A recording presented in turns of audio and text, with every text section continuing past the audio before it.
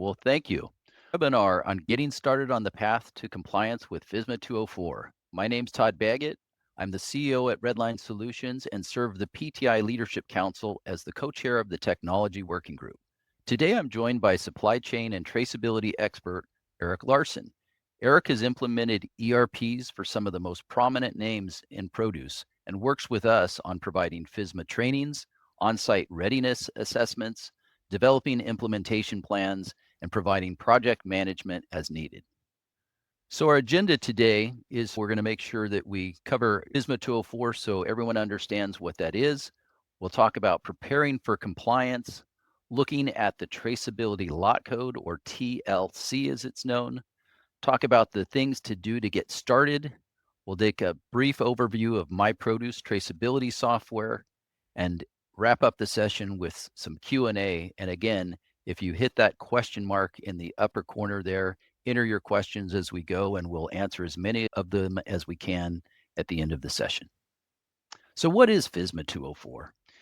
It's really the new rules and regulations for tracking and reporting items on the FDA's food traceability list.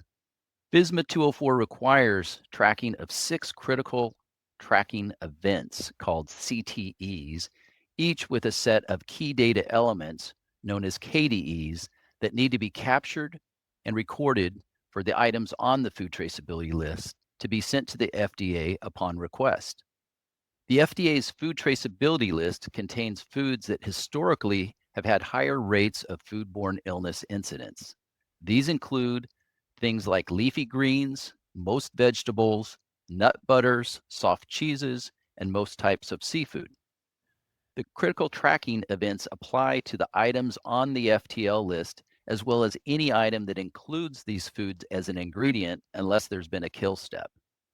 The FDA requires a written food safety plan, which we will cover in more detail later in the session. The goal of FSMA 204 is to reduce traceback and traceforward investigations from 5 weeks to 5 days. Those 6 critical tracking events include the harvest, initial cooling, packing, transformation, which is any repacking or relabeling, shipping, and receiving. So who's not affected by FSMA 204? Small farms with an average sales of less than $25,000 per year for 3 years are exempt from FSMA 204. While the FDA only requires FSMA 204 traceability on the FTL items, most retailers have indicated they will require FSMA traceability on all fresh produce items. FSMA 204 requires preparation. Most of you have already heard from your customers about case traceability labels and SSCC pallet tags. You may be wondering why they're pushing for this now. It's because they have a huge task in making sure all their suppliers will be FSMA compliant. While you may have dozens of suppliers and customers you need to exchange traceability with, large retailers have hundreds. Let's face it, FSMA 204 compliance requires a significant amount of data to be collected, stored, and formatted for transmission to the FDA. In addition, many retailers and food service customers are looking for your shipping traceability data in an EDI 856 advanced shipment notification. FSMA 204 requires coordination to capture traceability information from within your own organization, in conjunction with your growers and outside suppliers, and when shipping FTL items to your customers. Each member of the supply chain will have specific reporting requirements on the CTEs within their span of operations. These critical tracking events require traceability information reported by upstream members of the supply chain. This slide shows multiple paths produce may take from harvest to the consumer. Note that traceability lot code is the common thread that links the product from the time of packing to the place the consumer purchases the item. Consumers are not likely to track the TLCs, but they do know where they shop. When foodborne illness outbreaks occur, investigators will continue to ask people where they bought their food. The difference now is the retailer or restaurant will be required to maintain records of the TLCs they received by source and date. Okay, Erik, take it away from here. Thanks, Todd. So here's a few specifics around FSMA 204 compliance that's important for us to know. First of all, the compliance date has been extended and is now set to July 2028 by the FDA. So if you're involved in an FDA traceback investigation after that date, when the FDA reaches out to you for information on an investigation, you'll have 24 hours to submit to them an electronic sortable spreadsheet unless you're exempt from the rule. And we'll get into the details of the spreadsheet later on in the presentation. Primarily, the spreadsheet must contain records which has key data elements across all the 6 critical tracking events you see here on the screen. So we've got harvest, pre-cooling, initial packing, transformation, receiving, and shipping. Next slide, please. All right, so here's an example of the supply chain, a good illustration here. This is taking an example of cucumbers. So we've got our supply chain pictured here, starting from the farm, going all the way through to the right to the retail food establishment. Then below that, you see all of the different CTEs first, and then the KDEs, of course, are required to go with each of those CTEs. So we've got the farm, the harvester, the cooler, and then the initial packer is really where it all begins as far as the TLC or traceability lot code is set. As the initial packing is done, the information that needs to be collected and recorded is the harvesting KDEs, the cooling KDEs, initial packing KDEs, and shipping KDEs once they're ready to ship it on down the supply chain to their customer, the produce processor. So we see that in the next circle to the right. Then the produce processor takes those shipping KDEs they've received from the initial packer, and then they have to record most of that information as receiving KDEs. Now, they may also put a purchase order number as a reference document, etc. We'll get into the details of what KDEs are required by step here further on in the presentation. Now, the produce processor also may provide or perform a transformation. And if they do, they have to record those KDEs as well, and also set a new traceability lot code for the new finished product. Once that's done and they're ready to ship, whether it's been transformed or they just received it, they ship it on to a distributor. In this example, they need to send shipping KDEs to the distributor. So now we go to the next circle here. We've got the distributor who has to record those receiving KDEs. As they distribute that to stores, etc., they then in turn have to create shipping KDEs off of those receiving KDEs and send those off to the retail food establishment. And then finally, the food establishment needs to keep track of the receiving KDEs. There's no shipping KDEs typically there because they're selling to the end consumer. So on this slide here, we see the different critical tracking events listed, and then the key data elements or KDEs for the items on the food traceability list. So our first critical tracking event we're going to look at here is harvest. So the harvest KDEs that need to be collected are the commodity and variety. For aquaculture, the name of the container, date of harvest, quantity, and unit of measure, and then recording of reference documents. So this could be some sort of work order for the harvest. And then the next critical tracking event to the right is initial cooling. On initial cooling, we'll have location, date, commodity and variety, quantity and unit of measure, and then any sort of reference docs that relate to that cooling CTE. Next slide, please. And then we have initial packing, step 3 listed here. Initial packing needs to track the location description, the date of the packing, quantity and unit of measure. And then this here is where the traceability lot code is assigned. Produce description, and then recording of any reference documents. So that could be a production pack order or any sort of work order for that initial packing. And then step 4 maker, that could be a transformation, which repack, relabel, or has an FTL item as an ingredient. So in a transformation, you're going to need to record your inputs and your outputs to the transformation on any FTL items. So you want to list as an ingredients each traceability lot code used for new products. And then you want to document the new traceability lot code of the transformed product, the location description, the date of transformation, new product description, quantity and unit of measure, and any sort of reference documents. Again, that could be some sort of production pack order or work order of some sort. That would be just fine. All right, next slide. So then we have shipping. Step 5 here, or critical transformation at 5. Again, you're starting to see some familiarity here. So we've got product description, date shipped, quantity and unit of measure, traceability lot code, location description of where it was shipped from and where it was shipped to, location identification of the TLC source. And we'll get into this a little bit later, but this is the organization that actually set the traceability lot code. And then recording of reference documents. So that could be a bill of lading number or maybe the customer's purchase order. And then finally, we have receiving. On receiving, we've got the product description, date received, quantity and unit of measure, traceability lot code.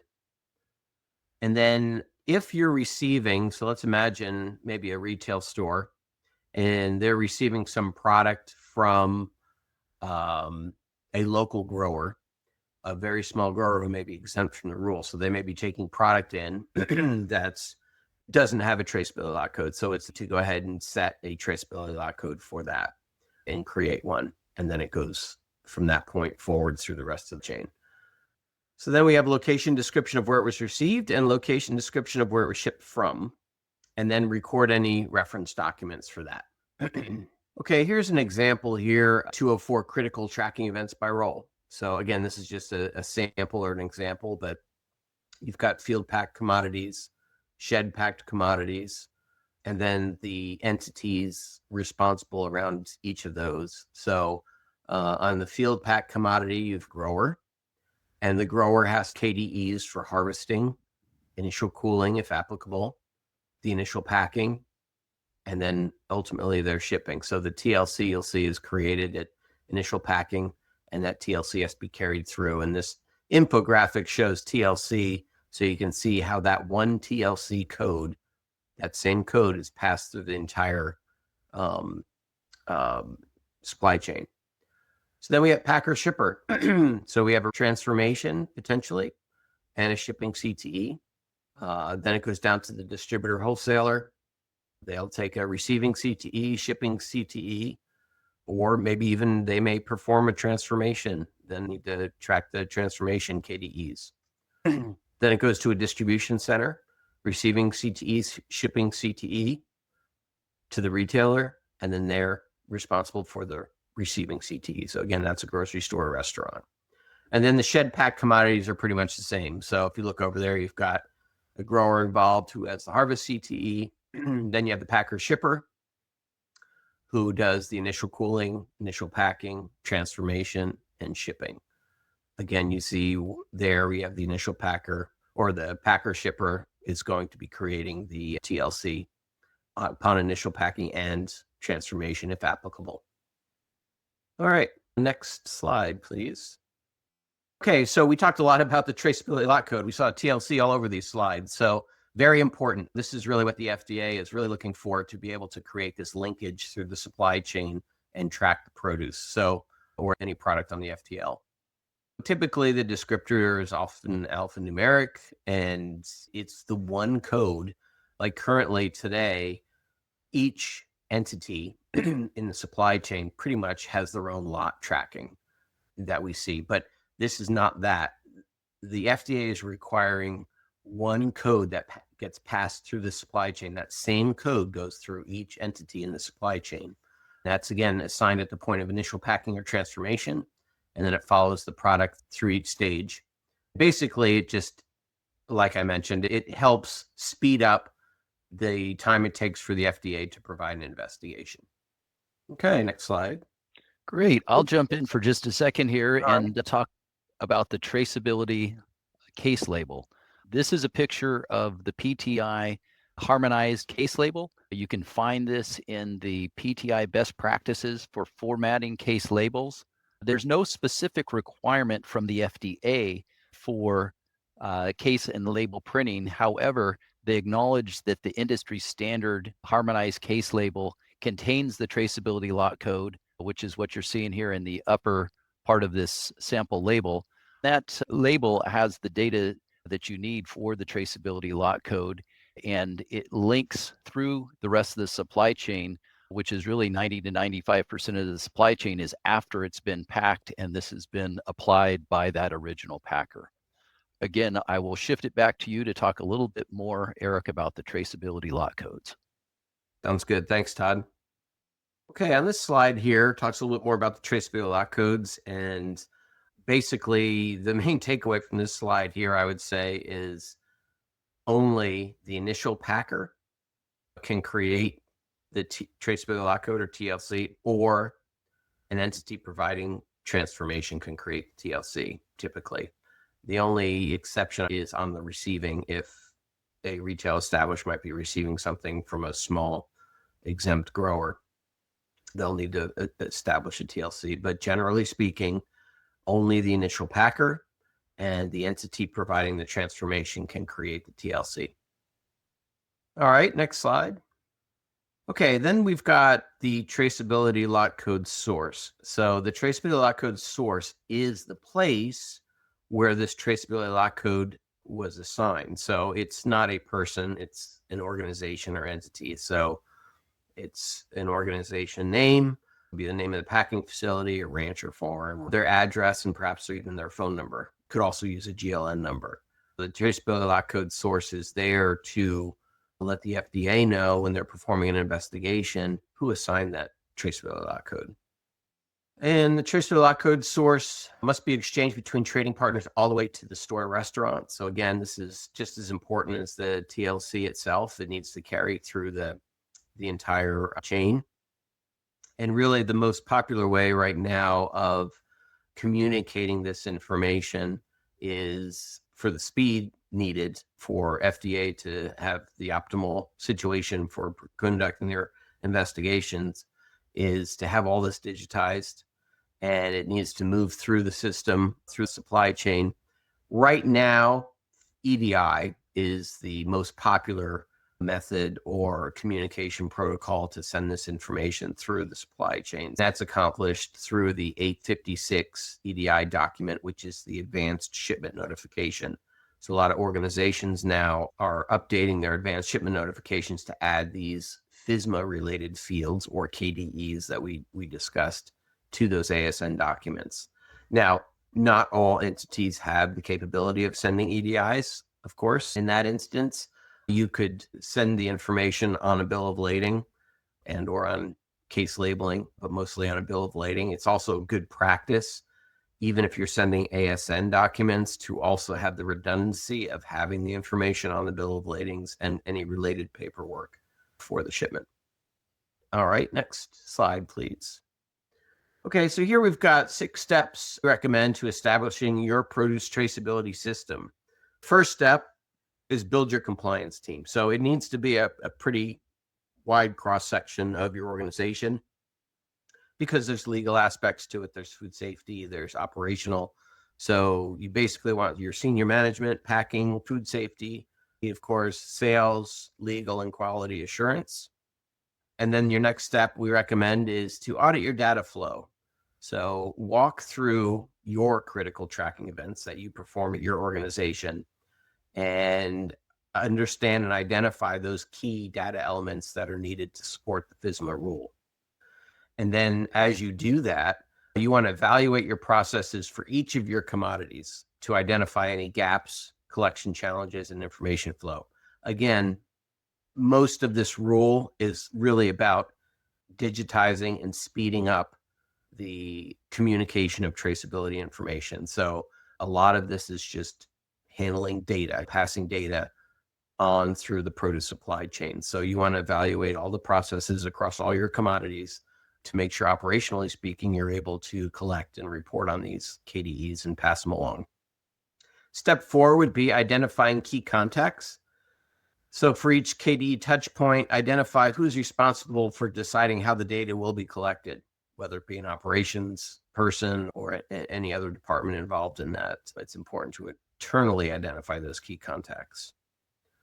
And then step 5, set up an effective record keeping system. So you got to be able to document the data flow of collecting, recording, and storing your traceability data in an effective manner. Keep in mind, you only have 24 hours if the FDA conducts an investigation. So you want to make sure you're able to access that quickly, especially if your customers are reaching out to you under that 24 hours they're obligated to respond to the FDA. You want to make sure you can get that information right away.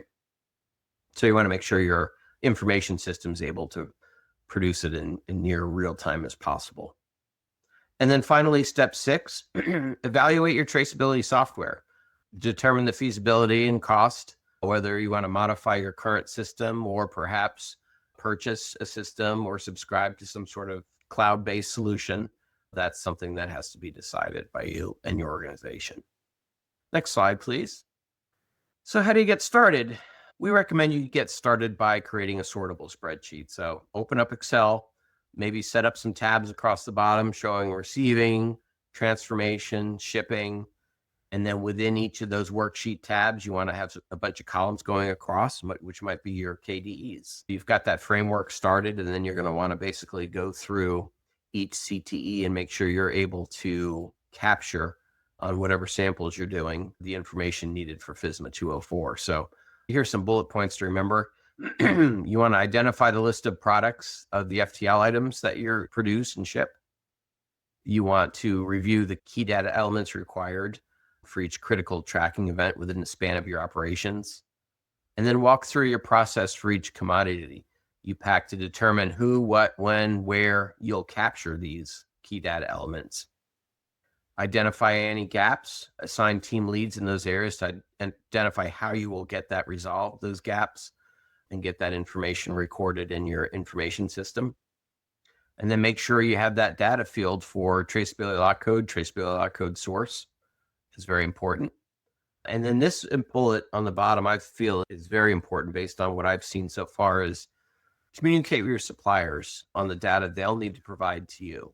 So as in most projects, you only have so much control over external participants in your project here. So, you want to make sure that you give your suppliers enough time to be able to get this information needed that you're going to need upon receipt, and make sure that it's all the information you're going to need to capture all those KDEs. And then just continue to iterate your plan until you complete all the KDEs for your critical tracking events. So that's a great way to get started. That will answer a lot of questions. It's probably going to raise a lot of questions within your organization, but that's good. That's how this gets done, because we all know that, I know the produce industry, there's a lot of different scenarios and a lot of custom processes and how we get things done. So don't underestimate the work involved here, because it is going to take some time to work through that. Okay. I think we're going back to Todd now. Yes. Thank you, Erik. Yep. So really, what specifically can RedLine Solutions do to help you? We can provide you with remote or on-site FSMA 204 training. In addition, we can perform an on-site gap analysis and follow up with a written project plan with recommendations. We can also help you project manage your FSMA 204 implementation and provide an expert on call to answer your questions under a monthly retainer. And lastly, we can provide you the traceability software and the devices to help you capture, report, and manage your traceability data. Traceability software is key to capturing and recording traceability data. And this includes the inbound product source, source lot and harvest location, your initial cooling location, the traceability lot codes that are assigned at the initial packing or transformation, recording the TLC source at the time of packing. This is particularly important if you are using contract packers, because you may have a different TLC source number for a separate site, and you certainly have to record the address and the name of the company who did that packing. You also need to record all the G10s and associated traceability lot codes on each pallet that you ship. You're going to want to integrate your traceability data with your ERP or legacy grower accounting system. You're going to be wanting to format your TLCs and the traceability data into the EDI transactions and creating those sortable spreadsheets for FDA requests. And then lastly, maintain that data for the 2 years that is required.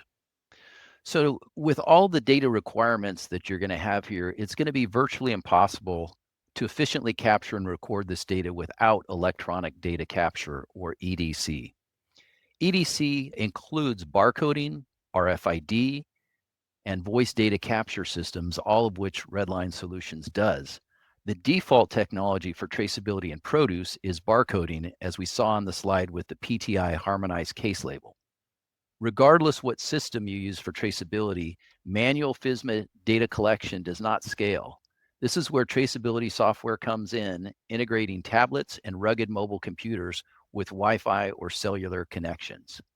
Electronic data collection enables directed worker activities, real-time validation of data at the point of activity, real-time visibility to the specific product locations that your product is stored in, electronically recorded truck inspections, order fulfillment based on the most recent updates to your order.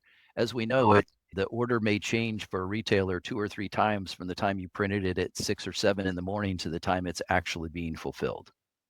It also provides visibility to performance by worker. We're able to track what jobs were done by which worker and then compare that to their peers. At the end of the day, the role of electronic data capture is to eliminate delays and errors from keyed data entry. So RedLine's FSMA 204 product is My Produce. The integrity of the data coming from the packer shipper is critical as it ties to the TLC, which is the foundation for all external traceability. This provides increasing customer confidence in your products, visibility to your product flows, and a reduction in bottlenecks and inefficiencies. FSMA 204 traceability begins at harvest, and My Produce captures and manages your data from receipt to shipment, including all 6 CTEs and their key data elements. It assigns the TLCs at packing, which is carried through the supply chain, enabling concise identification if potentially implicated products are involved in a foodborne illness investigation. And at the end of the day, it provides you enhanced visibility so you can see where the product is in real time. It gives you that regulatory compliance by capturing the traceability data, and it improves the operational efficiency because it reduces errors by validating the data as part of your normal workflows, ensuring that the data integrity is from receipt to shipment. My Produce is a cloud-based traceability management solution that brings this data integrity, operational efficiencies, and visibility across diverse commodities and product flows. Given you must invest in traceability, it's good to know you can get the visibility and the productivity boost that will help offset the costs at the same time. My Produce manages traceability from receipt to shipment. We drive that productivity by managing the mobile workflows, capturing, validating, and recording inventory and traceability data. Our open architecture allows sharing data with external systems. My Produce can run standalone or be integrated with your ERP or legacy grower accounting system or other systems. Having a cloud-based application reduces the cost of servers and IT support, and each customer has their own unique database to securely store their data. Workers can enter their data through PCs, tablets, or these rugged mobile devices. And RedLine Solutions provides the software, the hardware, the labels, the support, and the service for one integrated system. Now let's turn our attention to a typical field pack process and see where those critical tracking events occur. First of all, printed case labels are applied in the field. At receiving, the grower and harvest location is recorded. When pallets are moved into a hydrovac or a cold room, we record the initial cooling events. If there's a need to repack, we will capture the transformation event. During the sales order fulfillment, the product is validated against the most recent order to avoid any shipping errors and record the details of the shipping event. And then once shipped, or transferred, the product is received in a receiving event. Now let's look at that for a shed packed process. Again, when we're receiving bulk bins, we'll record the harvest event information. When those bins are moved into a cold room, we have the initial cooling event. When those bins get packed, we have the initial packing event. If there's a need to repack, we will have that transformation event. And when the customer order is fulfilled, product is transferred, there's a shipping event. And again, if I'm on the receiving side, I have the receiving event. So let's talk about some of the industry resources. The IFPA has a wealth of resources on their site, and I've provided a link here. The PTI website is another good source of information. Under their resources, which I have a link to, you can find the FSMA implementation guidance in both English and Spanish, FSMA 204, traceability lot code source and reference guidance, the best practices for formatting case labels, as I mentioned before, why and how to use an EDI 856 ASN, the FSMA 204 electronic sortable spreadsheet samples. You can also see the guide for using GS1 standards to support FSMA 204 and a GLN guidance document. This is just one of the resources, a guide to traceability lot code and source reference.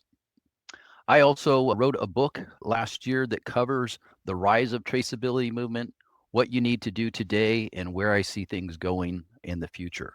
This is now available on Amazon, and that barcode will take you directly to that link. We will provide complimentary copy to customers who are using us for FSMA training, on-site gap analysis, or with software subscription. So at this point, we're ready for our Q&A session. Tyler, do you have any questions from the audience? I do, and just a reminder to everyone who's attending, there is a question box in the top right of your screen. It will be near the timer, and it has basically just a little question icon inside of the box. We'll be able to see your questions. You put them there. I see one that says, retailers have been requesting me to send FSMA data for all my produce products, not just FTL items. So what does the FDA require? I can take that one. The FDA only requires that you report on the items on the FDA food traceability list. However, the retailers have looked at this and said, we're not going to have two different processes within our produce department. And that's why most of them are requiring FSMA data on all products. My guess is they'll start out with the FTL items and then eventually move to all items. Perfect. Thank you. I'm seeing a couple questions in the chat about, will this presentation be shared with webinar attendees? You know, we don't have anything automated to send it out like the recording, but we can manually send this presentation out to everyone who attended. Great. And then I see another question saying, just to confirm, is repacking considered a transformation event? Absolutely. Repacking requires that you record the original traceability lot code coming in and then enter a new traceability lot code going out. That's because in many cases, you're just culling product, but in some cases, it may be that you are doing some commingling. And if there's any commingling, you have to record all of the traceability lot codes that were included in the transformed product. Perfect. Thank you. I see a question here that says, from your experience, where do these systems break down, or what do customers forget to consider early on, likely during setup? Erik, do you want to take that one?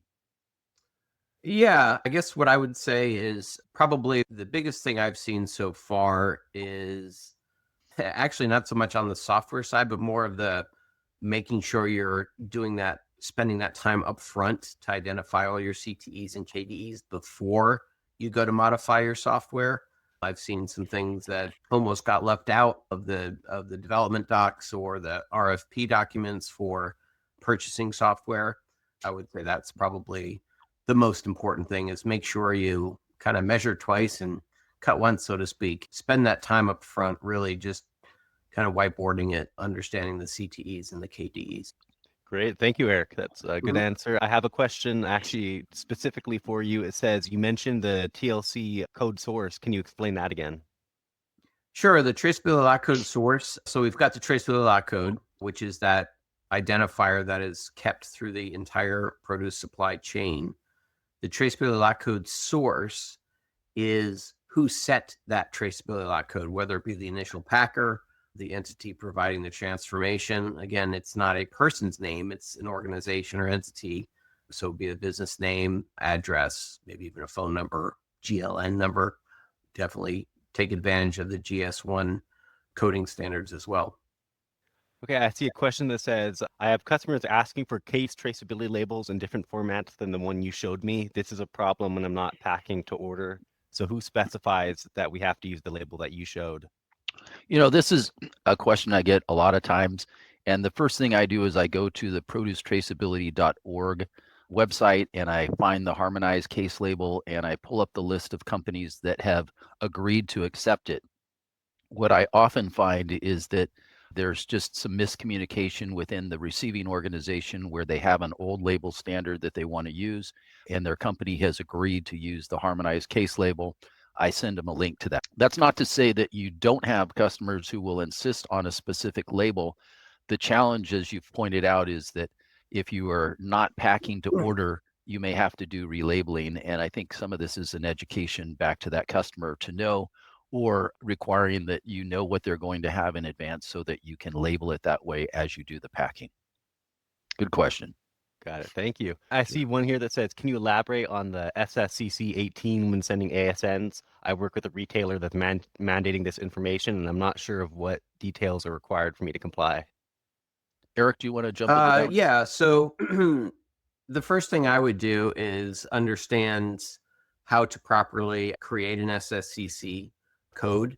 You can download that information. I think GS1's got some instructions on how to set that.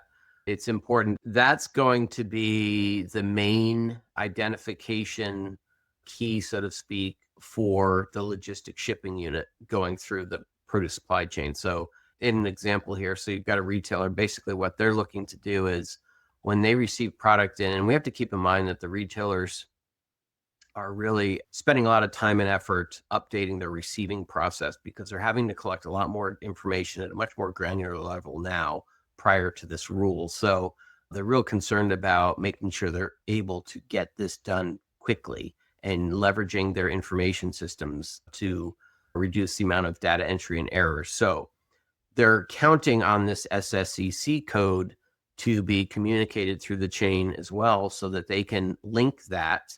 They'll scan the pallet, the SSCC code, and then ideally that will link to the SSCC that's been reported in the ASN EDI communication, which has been by now ingested into the retailer system, for example.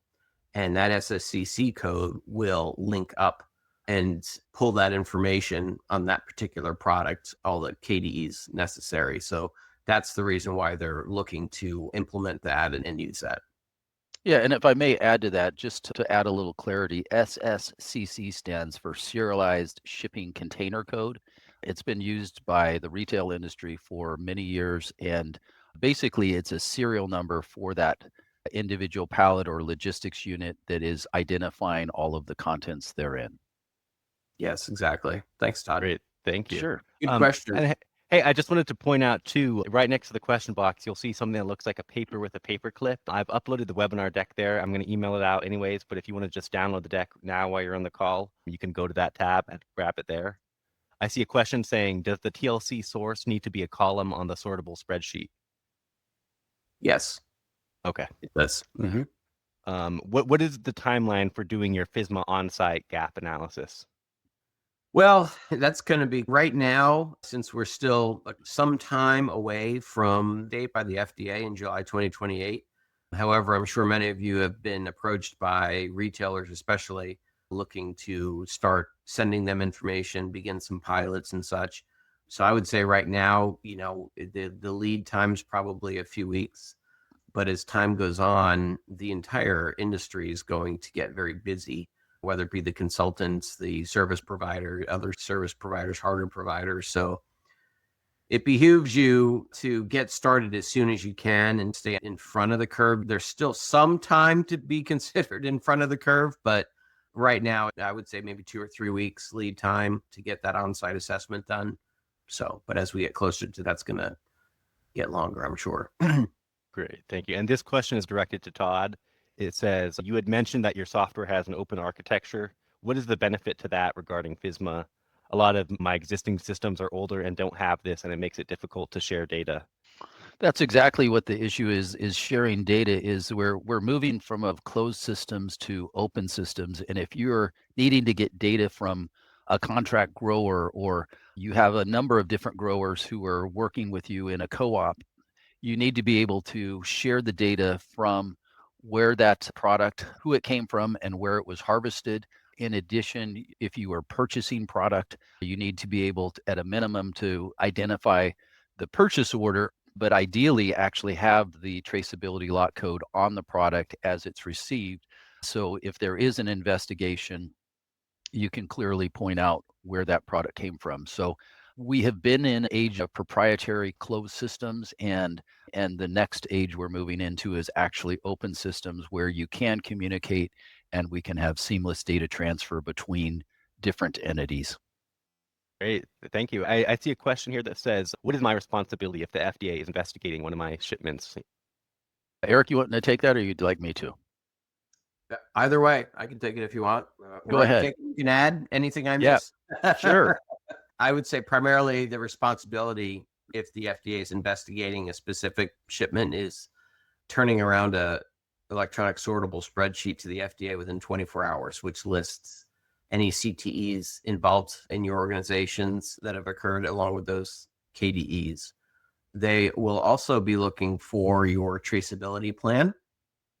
They want to understand where you're keeping your data, how long you're keeping it, and so on. So it's important to make sure your traceability plan, well, number one, make sure you have a traceability plan. Number two, if you've already got one, make sure you're adding in those FSMA 204 criteria into that traceability plan.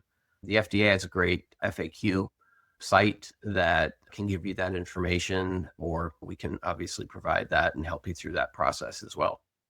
Yeah, and what I would add to that is that your traceability plan can't just be a basic, here's how we track things. The FDA is looking for what risks are involved in the commodities that you're packing and how are you mitigating those risks, because prevention is always a lot easier than coming back after the fact when there's been an incident.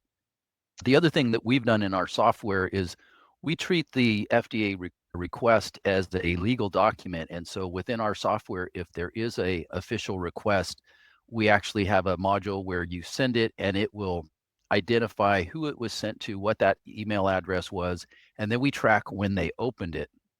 So in case there was a mistake on the FDA side and they said, hey, we requested your document, we didn't get it within 24 hours, we recognize that that time frame is critical. So what we're doing is we're actually recording exactly when it was sent and exactly when it was opened so that you can see that. And we can also have an expiration date on that. So if they've requested it and they haven't opened it, let's say in 3 weeks, a month, whatever you want to have set, it will actually show that that request was never fulfilled from the FDA side, so that we'll know that we sent it and we can be able to show that it was sent. Any other questions, Tyler? I see one here that says, my customers are telling me they will need my data in an EDI 856. We are not doing this currently. Can you explain more about what this is? I can take that if you want, Todd. Sure, go right ahead. So, as we mentioned earlier in the presentation, the whole idea of this FSMA 204 is to get information, pass it through as fast as possible through the supply chain. And currently, the industry is recognizing EDI as probably the easiest, best way right now to communicate this information between trading partners in the supply chain. So the EDI 856 documents, many organizations are using EDI for purchase orders, invoicing, and such. And this EDI 856 document is just one of those documents that is used within EDI. That 856 means advanced shipment notification. So you've got an EDI document for an invoice, you've got an EDI document for a purchase order, and you've got this EDI document for advanced shipment notification, which is the 856 document. So it's essentially what you see on a bill of lading, but also has these additional FSMA 204 KDEs or fields in that. Yeah, I would also just add that, we know that setting up to have a subscription to do EDI transactions can be costly. And there are services that are being provided by companies like iFood, DS, that will take that data and format it for you to send directly to those retailers. So if it's a financial issue for you, you might want to look into those third parties. And if you need some more guidance on that, you can give us a call or shoot me an email at the address that you see on the screen. Okay, and I see one last question here. It says retailers are asking for 2D barcodes on items by 2027. Does this apply to the case label as well? Very good question. And, being on the co-chair of the technology working group for the PTI, this is something we have been discussing. I know GS1 has been working on their GS1 2D barcode. I foresee that happening before FSMA gets implemented, is that we move to the 2D code. And some of the advantages of it is it has redundancy in it. So if it gets scuffed or gets a mark on it, you can still read a whole code. Whereas in a regular barcode like we have now, if somebody put a mark through that or part of the label got ripped, you can't decode the label. The other big advantage of that is that it'll allow you to store more data, and everyone's always asking for more data. We haven't finalized what that data will be yet, but I do see that migration happening. Great, thank you. I don't currently see any more questions, so unless anyone has anything else to ask, I think we can end it here. Well, fantastic. I'd like to thank everybody for joining today. If you found this helpful, shoot us an email. We've had some people asking if we would do this as a regular basis on a Q&A, and if there's enough interest, we'd be happy to do so. Enjoy the holidays and be kind to each other. Thank you. Thanks And I and actually goodbye. do see one last question is just saying, is the recording going to be available? Everyone will be getting an email tomorrow with the full recording. So we're also going to have it up on our website after some editing. All right. Thanks, everybody, and happy Thank you, everyone. holidays. Thanks, everyone. Take care.